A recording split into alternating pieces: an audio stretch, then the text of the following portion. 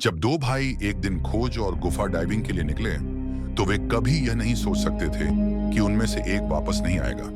यह विश्वास करना मुश्किल है कि एक एयरफोर्स पैरा रेस्क्यू डाइवर एक छोटे से गलत फैसले का शिकार हो सकता है। लेकिन यही गुफा डाइविंग की त्रासदी है। गलतियां यहां दूसरा मौका नहीं देती। ये गॉस कैनियन डाइविंग त्रासदी की दुखद कहानी है। माइकल और पॉल हेडन ने अपने बचपन में गॉस कैनियन में स्थित एक परित्यक्त पानी के कुएं की गुफा का अन्वेषण किया था। उन्होंने कई बार इस गुफा में जाकर इसका इस्तेमाल परिवार के जल स्रोत के रूप में किया था।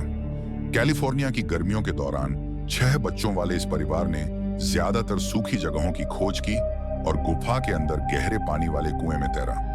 बाहर से यह ज्यादा खास नहीं दिखता था। इसका प्रवेश द्वार 3 गुणा 4 फीट का एक छोटा अंधेरा छेद था, जो ला सेंटा कैलिफोर्निया के पास स्थित था। गुफा के अंदर जाने का रास्ता लगभग 50 फीट तक क्षैतिज था और फिर लगभग 30 फीट नीचे की ओर ढलान थी। इसके बाद रास्ता एक बाढ़ वाले पुल क्षेत्र तक ले जाता था। यह जगह प्रवेश द्वार से केवल 150 फीट की दूरी पर थी, जिससे युवाओं के लिए यहां जाना और पानी में खेलना आसान था। इस क्षेत्र में सूखी गुफाओं की चट्टानें और छेद थे, साथ ही 100 फीट गहरे पानी के कुएं भी। जैसे जैसे लड़के बड़े हुए, उन्होंने नई स्कूबा डाइविंग तकनीकें सीखी और गुफा की गहराई में जाने के लिए साहसी योजनाएं बनाई। पॉल ने 15 सालों तक एयरफोर्स के पैरा रेस्क्यू इंस्ट्रक्टर के रूप में काम किया और वह एक शीर्ष स्कूबा डाइवर बन चुके थे। उनकी टीम के सदस्य उन्हें एक सतर्क, तैयार और कुशल व्यक्ति के रूप में वर्णित करते थे। एक मास्टर सार्जेंट के रूप में उन्होंने 20 वर्षों से अधिक समय तक दूसरों की सेवा की।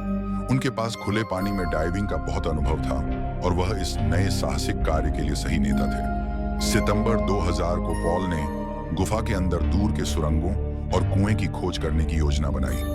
वे अपना स्कूबा उपकरण लेकर गुफा के पूल क्षेत्र तक गए। पॉल के पास 2 घंटे की हवा थी और उन्होंने अपनी गोप्रो कैमरा का इस्तेमाल प्रकाश स्रोत के रूप में किया। माइकल गुफा के मुख्य क्षेत्र में अपने भाई की निगरानी करने के लिए रुके। उन्होंने एक रस्सी से जुड़ी प्रणाली का उपयोग किया, जिसमें वे संकेत देने के लिए रस्सी को खींचते। शुरुआत में सब कुछ सामान्य लग रहा था, लेकिन 20 मिनट बाद माइकल ने संकेत दिया और कोई उत्तर नहीं मिला। उन्होंने दोबारा खींचा और रस्सी खड़ी पाई। उन्हें लगा कि पॉल फंस गए हैं। कुछ मिनटों में ही वह मदद के लिए निकल पड़े। माइकल तुरंत ला सेंटा वैली शेरिफ विभाग पहुंचे और सहायता मांगी। तुरंत ही ला काउंटी शेरिफ विभाग और माउंट्रो सर्च एंड रेस्क्यू टीम ने घटनास्थल पर पहुंचकर बचाव अभियान शुरू किया। इस गुफा प्रणाली में प्राकृतिक कटाव और पुराने जलकुएं से बने शाफ्ट थे। कुएं के अंदर गैस और पानी का जमाव खतरनाक हो सकता था।